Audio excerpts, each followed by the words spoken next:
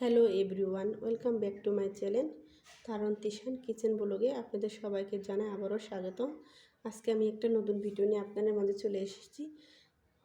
একটা অন্যরকম রেসিপি আপনাদের সাথে শেয়ার করব, সেটি হচ্ছে শীত চলে এসেছে বন্ধুরা।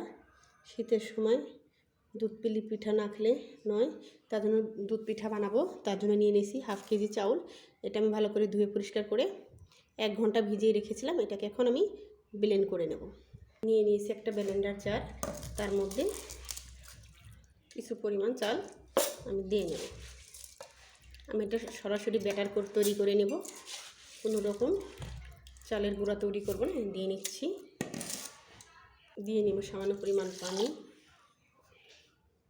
আর একটু পানি লাগবে। দিয়ে নিয়েছি। এখন ব্লেন্ডারের জারটা আমার ব্যাটারটা তৈরি করে নেওয়া হয়ে গিয়েছে। এখন আমি ব্যাটারটাকে ঢেলে নেব। একটা পাত্রে আমি ঢেলে নিচ্ছি।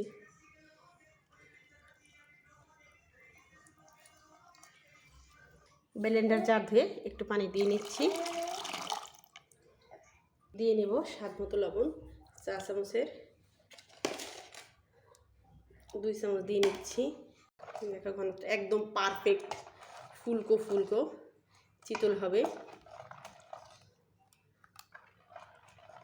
মাটির উনুন বানাবো না, এটা আমি গ্যাসের চুলায় বানিয়ে দেখাবো। এই ব্যাটারটাকে আমি 30 থেকে 40 মিনিটের জন্য রেস্টে রেখে দেব। একটি ঢাকনার সাথে ঢেকে তারপর রেস্টে রেখে দিতে হবে। দুধের পিঠা করার সময় অবশ্যই দুধ যতটা বেশি দিবেন খেতে ততটা মজা লাগবে। এখানে আমি 4 লিটার দুধ নিয়েছি। দুধটাকে ভালো করে এখন জাল করে নেব।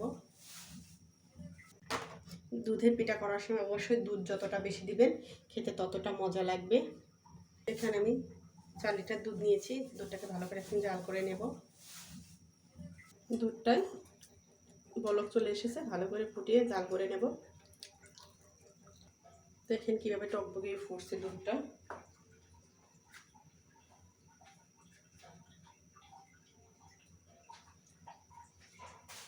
জালটাকে আমি একটু মিডিয়ামে রেখে জাল করে নেব। এই সময় অনবরত নেড়ে নিতে হবে যেন মোটা সর না পড়ে।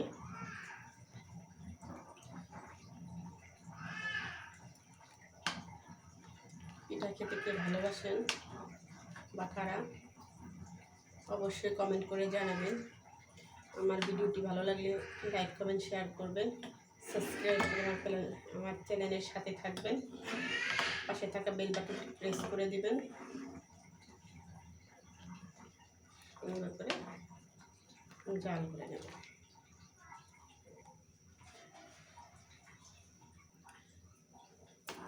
দুধ পিঠা বানানোর জন্য আপনারা আগে দুধটাকে ভালো করে জাল করে নেবেন, তারপরে রসটা আলাদা বানিয়ে নেবেন। পিঠাটা যে রসের মধ্যে ভিজাবেন।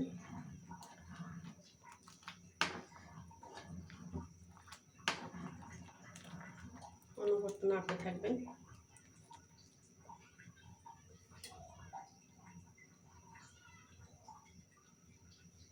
4 কেজি দুধকে আপনি 1.5 কেজি বানিয়ে নেবেন, তাহলে বেশি মজা হবে পিঠাটা খেতে।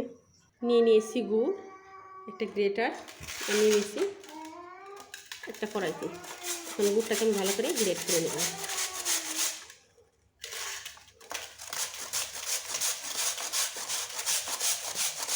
দেখো বন্ধুরা কত সুন্দর গ্রেট হয়ে যাচ্ছে। তাহলে পিঠার যে একটা শিরা করব সেটা দ্রুত হয়ে যাবে। এই দেখো ঘুরিয়ে গ্রেট করে নিচ্ছি।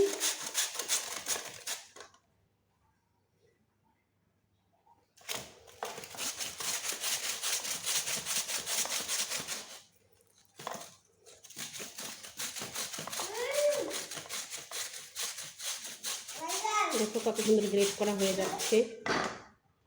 আধা কেজি চালের জন্য আমি নিয়েছি 1 কেজি গুড় আর হচ্ছে 4 কেজি দুধ।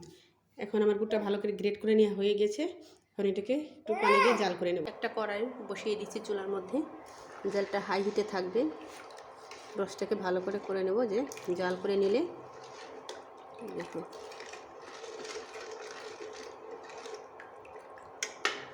ভালো করে জাল করে নিতে হবে কিছুক্ষণ।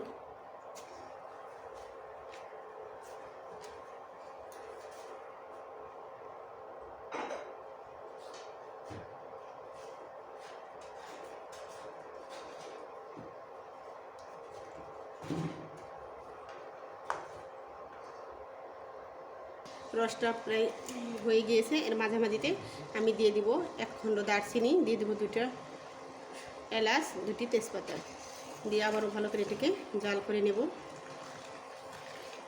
অবশ্যই রসটাকে ভালো করে জাল করে নেবেন, নাহলে পিঠা নষ্ট হয়ে যাওয়ার সম্ভাবনা থাকে।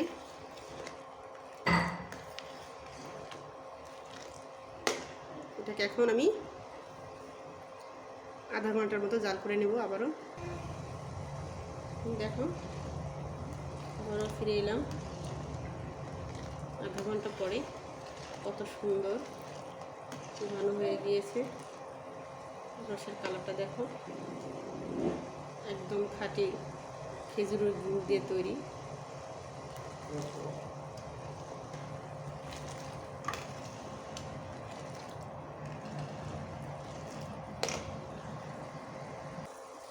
গুড়ের কালারটা দেখেন বন্ধুরা কতটা সুন্দর। বাড়ি থেকে যে আমরা অর্ডার করে গুড় বানিয়ে আনি সেরকম একদম। আমি এই গুড়টা নিয়েছি পার্শ্ববর্তী সেনা মার্কেটের সবুজ ভাইয়ের দোকান থেকে। সবুজ ভাই রাজশাহী থেকে স্পেশালভাবে অর্ডার করে এনেছে এই গুড়টি। গুড়টা দেখতেও যেমন সুন্দর সেমন সুঘ্রাণ, খেতেও অনেক সুস্বাদু। আপনারা যারা ভাবছেন এই শীতে পিঠা খাবেন, অবশ্যই একবার হলো সবুজ ভাইয়ের দোকান থেকে এই গুড়টি এনে পিঠা বানিয়ে খেয়ে দেখবেন। অনেক ভালো, পিঠাও ভালো হবে।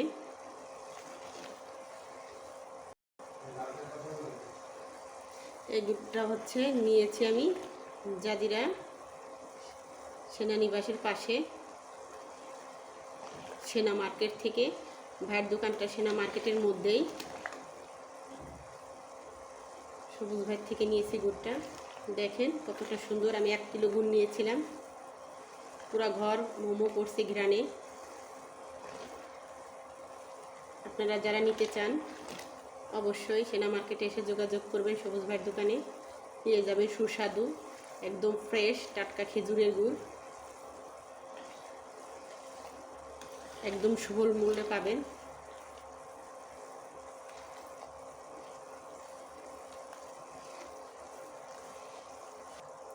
আমি অনেক দিন ধরে ফ্রেশ খেজুরের গুড় খুঁজতেছিলাম, কিন্তু এই খেজুরের গুড়, অরিজিনাল খেজুরের গুড়ের কেউ সন্ধান দিতে পারেনি।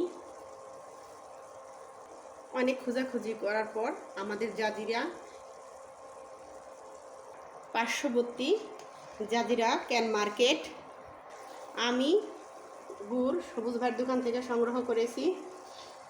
সবুজ ভাই গুড়টি ক্যান্টনমেন্টে বিক্রি করার জন্য এই গুড় সবুজ ভাই রাজশাহী থেকে বিশেষভাবে ডিমান্ড দিয়ে নিয়ে এসেছে ক্যান্টনমেন্টের পার্শ্ববর্তী ক্যান মার্কেটে বিক্রি করার জন্য। আপনারা একবার হলে এই গুড়টি নিয়ে ট্রাই করে দেখতে পারেন, অনেক সুন্দর পিঠা হবে, খেতেও সুস্বাদু, একদম ফ্রেশ গুড়, টাটকা গাছ থেকে রস সংগ্রহ করে যে গুড়টা তৈরি করা হয় সেরকম। দেখেন গুড়ের কালারটা কত সুন্দর। গুড় ভালো করে জাল করে নেওয়া হয়ে গিয়েছে, এখন আমি দুধের মধ্যে দিয়ে নেব। গুড়গুলো আমি দুধের মধ্যে দিয়ে নিয়েছি, এখন ভালো করে নেড়ে মিশিয়ে নেবেন, আবারও কিছুক্ষণ জাল করে নেবেন।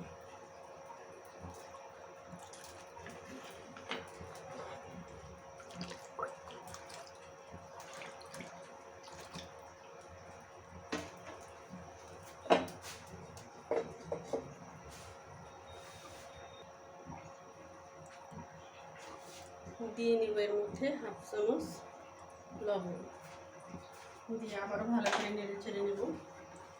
মিষ্টির মধ্যে লবণ অ্যাড করলে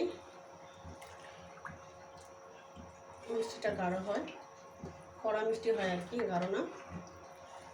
আর আপনারা যারা মিষ্টি জাতীয় খাবার লবণ খেতে পছন্দ করেন না অবশ্যই স্কিপ করবেন। দেখেন আমি দিয়ে নিচ্ছি, দিয়ে এটাকে আবার ভালো করে জাল করে নেব। দুধ ছাঁচ বসিয়ে দিয়েছি, পিঠাগুলো ভেজে নেব। তার জন্য 1 চামচ পরিমাণ এটাকে আগে ভালো করে একটু টিস্যুর সাহায্যে লবণ পানি মেখে রেখেছিলাম, এটাতে মুছে নিয়েছি। এখন 1 চামচ দিয়ে দেবো এর ভিতরে ব্যাটার দিয়ে নিচ্ছি।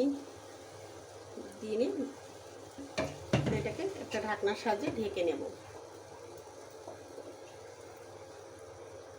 কিছুক্ষণ জাল করে নিতে হবে।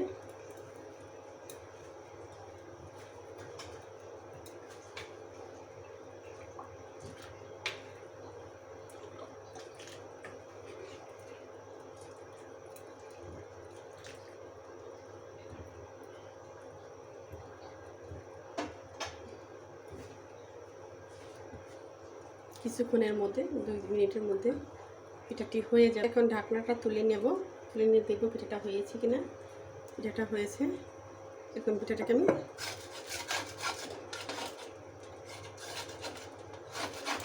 তুলে নেব। দেখো কত সুন্দর হয়েছে পিঠা। মাঝখান দিয়ে চিড়ে দেখাচ্ছি, একদম জালি জালি হয়েছে। এখন আরেকটা পিঠা দিয়ে নেব, আরেকটা পিঠা দিয়ে নিচ্ছি।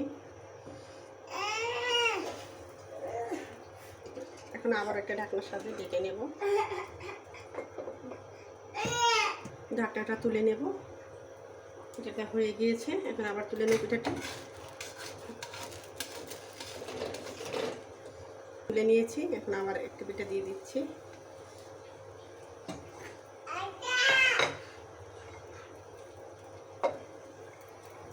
আবারও ঢাকনাটি তুলে নেব।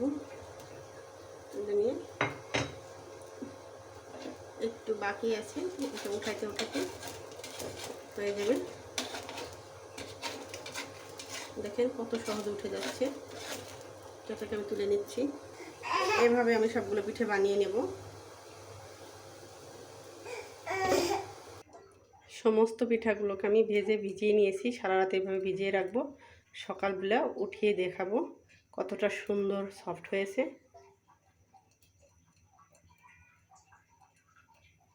চেষ্টা করবেন অবশ্যই 5 থেকে 6 ঘন্টা ভিজিয়ে রাখার জন্য, তাহলে পারফেক্ট দুধ চিতই হয়ে যাবে।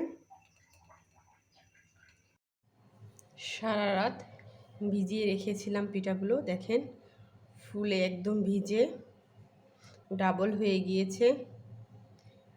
এই পিঠাগুলো খেতে অনেক মজা, আর এতটা নরম হয়েছে যে ওঠাতে গেলে ভেঙে যাচ্ছে। আপনারা একবার হলে এভাবে বাসায় তৈরি করে খাবেন। আশা করি সবার ভালো লাগবে। সবাই ভালো থাকবেন, সুস্থ থাকবেন, আমার চ্যানেলের পাশে থাকবেন। সবাইকে ধন্যবাদ।